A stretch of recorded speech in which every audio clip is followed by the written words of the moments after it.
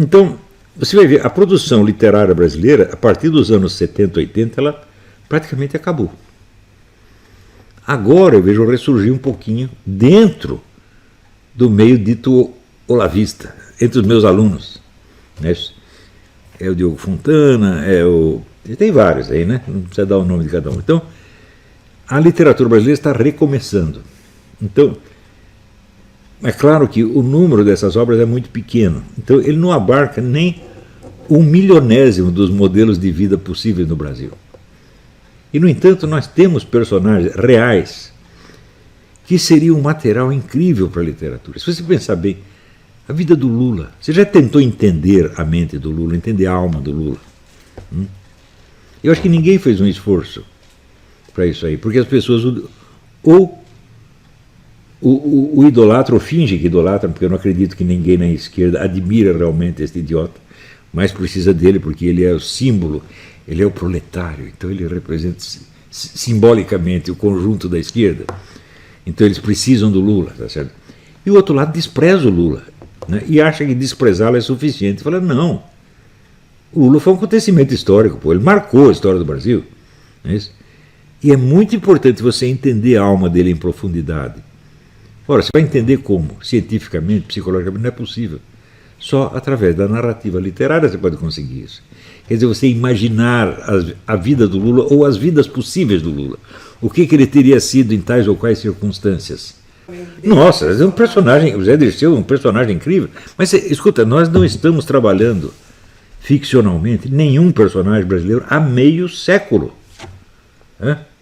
Você pensa, o que aconteceu com Fernando Collor de Mello?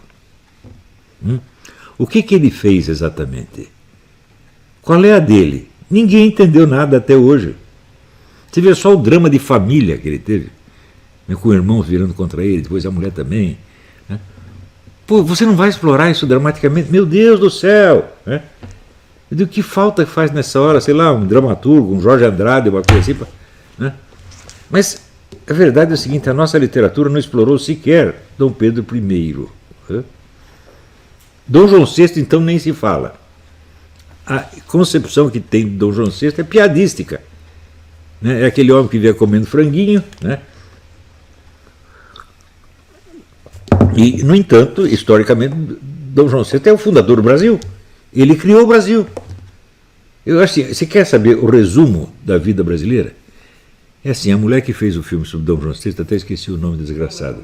Como é? Carla Camurati. Ela fez o filme, assim, um filme caricaturando Dom João VI abaixo de merda. E o filme foi financiado pelo Banco do Brasil, o qual foi criado por Dom João VI. Mas isso quer dizer, é tipo da ingratidão pueril. É o sujeito que se acha superior àquele que o sustenta. Não é isso?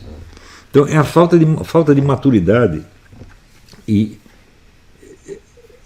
incrivelmente, obras desse tipo, que não merecem sequer uma cuspida, né, são badaladas porque interessam politicamente a tais ou quais grupos ou comercialmente a tais outros.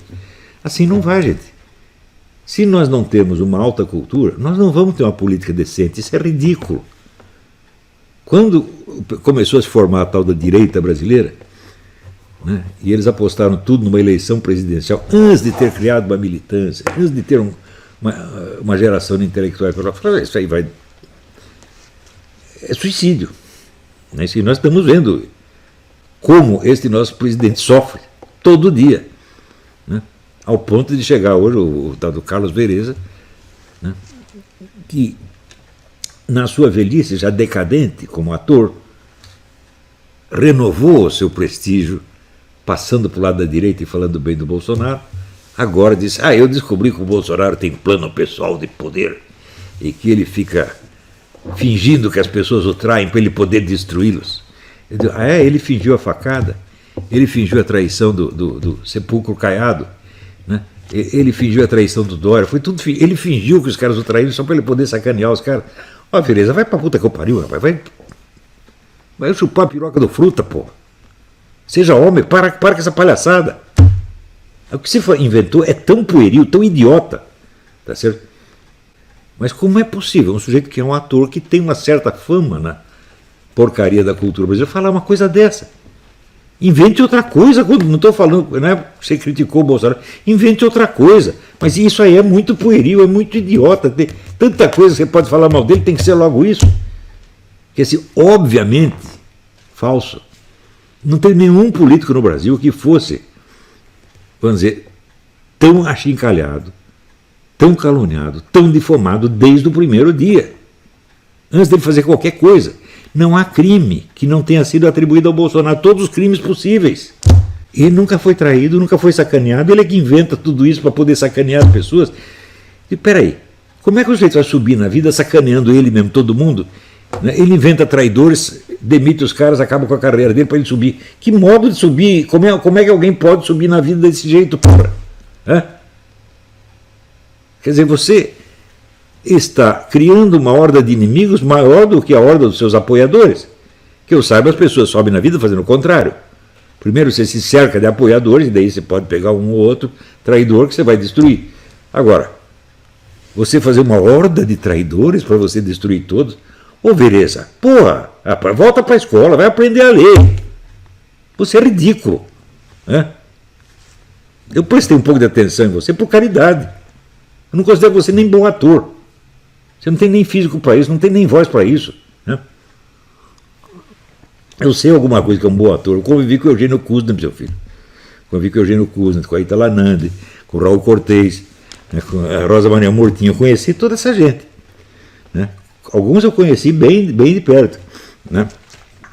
A Ruth Escobar. Eu tive uma vivência disso numa época áurea do teatro brasileiro. Né? Onde você estava começando. E o que é você, além, para cima de todos esses? Não é nada. Você não é melhor do que nenhum deles. Então, de repente, ficou famoso porque rompeu com a esquerda, já viu no herói no dia seguinte. Mas espera aí.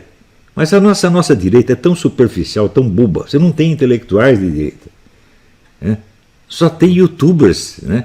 E pessoal de show business e jornalistinhas. Então você não tem realmente uma consciência conservadora séria, como você tem uma consciência esquerdista séria. Se você pegar a produção da esquerda, né, produção literária, sociológica da esquerda, você vê, o melhor livro que se escreveu no Brasil, e que eu ainda uso como referência fundamental para explicar a nossa situação, é o do Raimundo Fauro, Os Donos do Poder. O cara, ele foi praticamente um fundador do PT. A direita fez algo parecido com isso? Fez muito antigamente. Mas, por exemplo, o livro do João Camilo de Oliveira Torres, um grande filósofo mineiro conservador, mas de toda a produção dele não tem nada que seja tão importante para a compreensão da situação atual quanto o livro do Raimundo Fauro. Eu apelo para o Raimundo Fauro toda hora, eu estou vendo que ele diagnosticou certo. Quem também diagnosticou certo foi o Paulo Mercadante, do livro A Consciência Conservadora no Brasil, onde ele traçava esta mania aliancista da direita nacional, a mania conciliadora da direita nacional, que é até hoje o problema. O sujeito não pode ser eleito pela direita que no dia seguinte ele já procura um acordo com a esquerda. Todos fazem isso, né? Inclusive o atual governo. Por quê? É a mania positivista. Nós temos que ser superiores a ideologias. Isso é uma coisa de uma estupidez tão grande que eu não preciso, já me expliquei sobre isso, não preciso voltar a este assunto.